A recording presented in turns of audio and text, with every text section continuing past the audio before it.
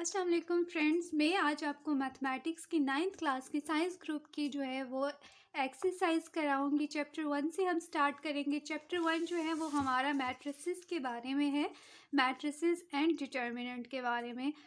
अब मैट्रिक्स जो होती है वो हमारे पास, उसकी अगर डेफिनेशन की हम बात करें तो ये एक रेक्टेंगुलर एरे और collection of real number in the bracket is called matrix.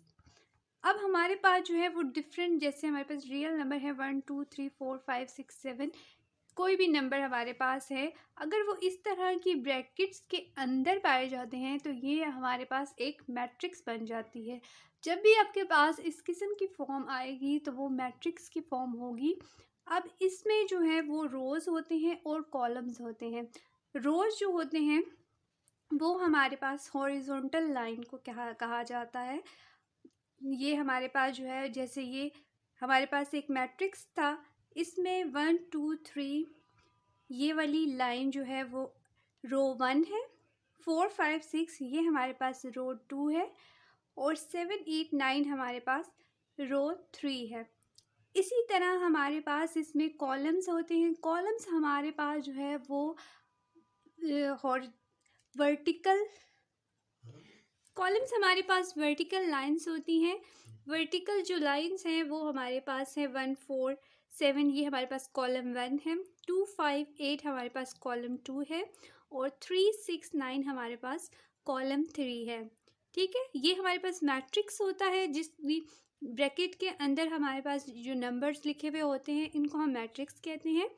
Matrix के अंदर रोज़ होती हैं और कॉलम्स होती हैं। रोज़ हमारे पास हॉरिजॉन्टल लाइन है और कॉलम्स हमारे पास वर्टिकल लाइंस हैं। अब जो क्वेश्चन हमारे पास रेज होता है वो है कि हमारे पास ऑर्डर ऑफ अ मैट्रिक्स क्या चीज़ है। ऑर्डर ऑफ मैट्रिक्स हमारे पास होता है number of rose multiply by number of column. अब हमने देखा है कि हॉरिजॉन्टल लाइन रोज होती हैं और वर्टिकल लाइन जो हैं वो हमारे पास कॉलम्स होते हैं। अब ये एक मैंने मैट्रिक्स लिखी है, ये हमारे पास है 1 2 3 4 5 6, इसमें रोज हैं 1 2 3 और इसका कॉलम है 1 और 2, यानी कि ये हमारे पास 3 क्रॉस 2 की मैट्रिक्स है। इसी तरह मैंने एक और मैट्रिक्स लिखी है, ये देखिए इसमें कितनी हमारे पास नंबर ऑफ रोज हैं और कॉलम्स हैं। अब ये देखिए हमारे पास रोज हैं 1 2 3 और हमारे पास कॉलम्स है 1 2 3 एंड 4। तो हमारे पास इसका जो ऑर्डर बना वो बना 3 क्रॉस 4। तो ये हमारे पास 3 क्रॉस 4 की मैट्रिक्स है। इसका ऑर्डर जो है वो 3 क्रॉस 4 है। अब इक्वल मैट्रिसेस क्या होती हैं कि हमारे पास अगर कोई सी भी दो मैट्रिक्स हैं डिफरेंट, इनको हम उस टाइम इक्वल कहेंगे जब order of A is equals to order of B और इसके अलावा there corresponding entries are equal. अब कॉरिस्पॉन्डिंग एंट्रीज इसमें है कि कॉरिस्पॉन्डिंग एंट्रीज क्या होती है। जैसे ये हमारे पास ए है और ये हमारे पास मैट्रिक्स बी है। कॉरिस्पॉन्डिंग एंट्री का मतलब ये है कि हमारे पास ये वाली जो इसकी फर्स्ट एंट्री है ये हमारे पास उस साइड की फर्स्ट एंट्री के बराबर हो। फिर इसी तरह नीचे वाली जो है वो इसकी जो फर्स्ट वाली मैट्रिक्स की एंट्री है वो नीचे वाली की ही सेकंड जो एंट्री है उसके बराबर हो। फिर हमारे पास जो अगला कॉलम है उसकी जो फर्स्ट एंट्री है वो उसके अगले कॉलम के फर्स्ट एंट्री के बराबर हो। फिर उसके जो नीचे वाली है वो नीचे वाली के बराबर हो। इसको कहते हैं कॉरिस्पॉन्डिंग एंट्रीज जो हैं वो इक्वल होना। ठीक है, अब हम एक्सरसाइज की तरफ आते हैं। तो इसकी जो एक्सरसाइज 1.1 है इसमें जो है वो हमारे पास 3 क्वेश्चंस हैं। इसमें मैं रैंडमली क्वेश्चंस सिलेक्ट करती हूँ। 1 में से मैं एक कोई पार्ट जो है वो सिलेक्ट कर लेती हूँ। क्वेश्चन नंबर 1 जो है उसका मैं ई पार्ट सिलेक्ट करती हूँ। इन्होंने कहा है find the order of the following matrix और ई हमारे पास है A B C D E F. अब ऑर्डर ऑफ द मैट्रिक्स हमने अभी पढ़ा कि वो क्या होता है। हमारे पास ऑर्डर जो होता है वो number of rose multiply by number of columns. अब इसकी आप देखें तो इसकी जो है वो रोज कितनी है। रोज जो होती हैं वो हॉरिजॉन्टल लाइन होती हैं, तो हॉरिजॉन्टल लाइन आपके पास जो है वो ये इसकी फर्स्ट लाइन R1, फिर R2 और दिस वन इज R3। और इसी तरह अगर हम कॉलम्स की बात करें तो कॉलम्स हमारे पास जो है वो वर्टिकल लाइंस होती हैं। इसकी वर्टिकल लाइन हुई C1 एंड C2। ठीक है, तो इसका मतलब ये हुआ कि इसकी जो है वो 3 रोज हैं और 2 कॉलम्स हुए, यानी इस वाली मैट्रिक्स का ऑर्डर है 3x2। इसी तरह आप जो है ये बाकियों का भी कर सकते हैं। जैसे H है हमारे पास, ये देखिए इसकी जो हॉरिजॉन्टल लाइन है वो है 2, यानी कि रोज है हमारे पास 2 और इसके कॉलम देखिए तो 1, 2 एंड 3। तो इसका ऑर्डर हमारे पास हुआ 2x3। ठीक है, अब हम क्वेश्चन नंबर 2 की तरफ बढ़ते हैं। क्वेश्चन नंबर 2 में हमसे पूछा गया है कि which of the following matrices are equal. अब इक्वल होने का क्या क्राइटेरिया था कि उसका ऑर्डर एक का दूसरे के बराबर हो, दूसरी वाली मैट्रिक्स के, और इसके अलावा उनकी कॉरिस्पॉन्डिंग एंट्रीज भी बराबर हो। जैसे फॉर एग्जांपल मैं लेती हूँ ए का जो है वो सिर्फ एक ही एंट्री है जो कि 3 है, यानी कि ये हमारे पास 1x1 की मैट्रिक्स है क्योंकि इसमें सिर्फ एक ही कॉलम और एक ही रो है। तो अब हम देखें कि इसके साथ कौन सा जो चीज़ है वो मैच करती है, तो हम इसमें से ढूंढेंगे उससे। अब आप चेक करें कि जो बी है इसमें जो है वो एक रो है और 2 कॉलम्स हैं, तो ये इसके साथ मैच नहीं करती, इसका ऑर्डर चेंज है और इसके अलावा इसकी एंट्रीज भी और भी है, 5 भी है। अब सी मैट्रिक्स में देखें तो 5 - 2 है। 5 - 2 मतलब ये एक पूरी एंट्री है, ये 2 नहीं है, एक ही एंट्री है। 5 - 2 किया तो हमारे पास 3 बनता है।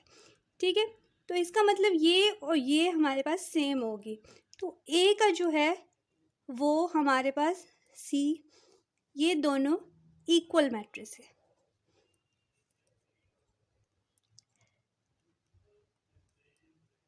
इसी तरह हम बी को चेक करते हैं तो बी हमारे पास है 3 एंड 5। अब देखें कि बी के साथ आपके पास कौन सी चीज़ है जो मैच करती है। सी तो आपके पास ए से मैच हो गया, डी देखें तो उसके पहले 5 आता है और फिर 3 आता है, यानी कॉरिस्पॉन्डिंग एंट्रीज बराबर नहीं है। 3 5 के बराबर नहीं है और 5 जो है वो 3 के बराबर नहीं है, वरना इनका ऑर्डर बराबर ही था। ई देखें तो आपके पास ई जो है इसका ऑर्डर ही और है, ये 2x2 की मैट्रिक्स है जो इसके साथ बराबर नहीं होती। एफ़ देखें तो एफ़ का ऑर्डर भी चेंज है, ये हमारे पास 2x1 की मैट्रिक्स है जो इसके मैच नहीं होती।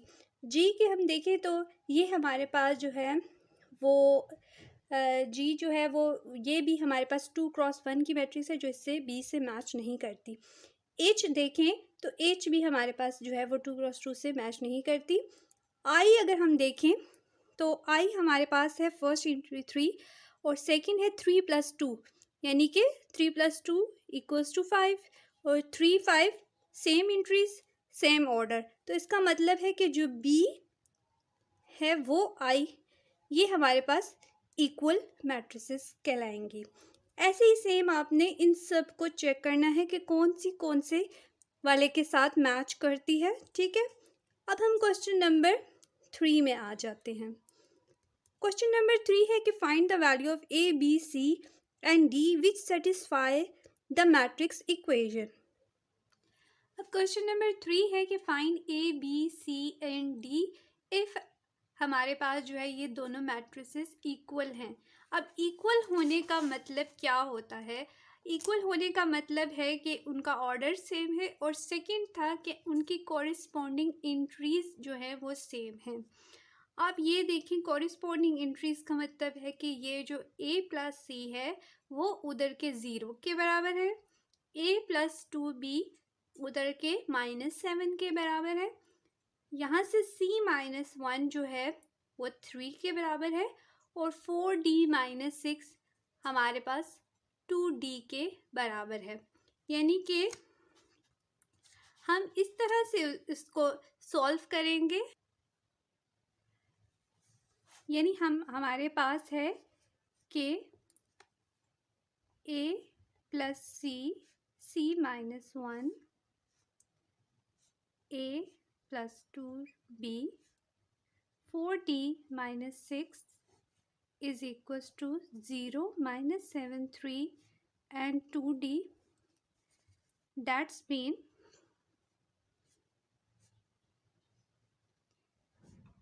a plus c equals to 0, a plus 2b equals to -7, c -1 equals to 3, 4d-6 is equals to 2d। अब देखिए हमारे पास ये 4 इक्वेशंस बन गई हैं, 1 2 3 एंड 4। अब इसमें से हमने वैल्यू निकालनी है a b c और d की। तो ये देखें ज़रा, हमारे पास जो इक्वेशन नंबर 3 है और 4 है, इससे हम c की वैल्यू और d की वैल्यू निकाल सकते हैं। c-1 इक्वल्स टू 3 होने का मतलब है कि हमारे पास c जो है वो 3 + 1 दैट इज़ इक्वल्स टू 4, यानी कि c हमारे पास आ गया 4, और 4d-6 is equals to 2d होने का मतलब है कि 4d is equals to 2d + 6, और यहाँ से 4d - 2d is equals to 6। इसका मतलब है कि 2d इक्वल्स टू 6 और d हमारे पास आ गया 3। अब ये जो दो हमारे पास वैल्यूज़ आई हैं, इसको हम इक्वेशन 1 में पुट करेंगे और 2 में भी पुट करें, इक्वेशन 1 में पुट करेंगे तो हमारे पास आएगी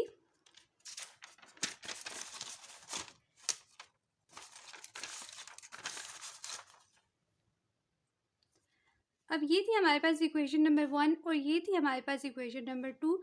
तो हम c की वैल्यू 4 और d की वैल्यू 3 हमने निकाल ली है। अब हमने जो है वो c की वैल्यू 4 हमने इक्वेशन 1 में पुट की है। Put c is equals to 4 in equation 1। तो हमारे पास है a plus C equals to 0, a plus 4 equals to 0। तो यहाँ से हमारे पास आ गया a इज़ इक्वल्स टू -4। अब ये जो a है, ये हम जो है वो वैल्यू डाल सकते हैं इक्वेशन नंबर 2 में, जो कि है हमारे पास थी a plus 2b is equals to -7, -4 plus 2b is equals to -7, and 2b is equals to -7 plus 4 that is equals to -3. 2b is equals to -3 and b is equals to -3/2। तो ये हमारे पास इसका आंसर निकला है, जिसमें a हमारे पास आया है -4, b हमारे पास आया है -3/2 और c हमारे पास है 4 और D हमारे पास आ गया 3। ये हमारे पास एक्सरसाइज 1.1 थी। आप जो है वो वीडियो को लाइक करें और शेयर करें, और इंशाल्लाह मैं आगे वाली वीडियो आपसे शेयर करती हूँ। Okay, bye bye.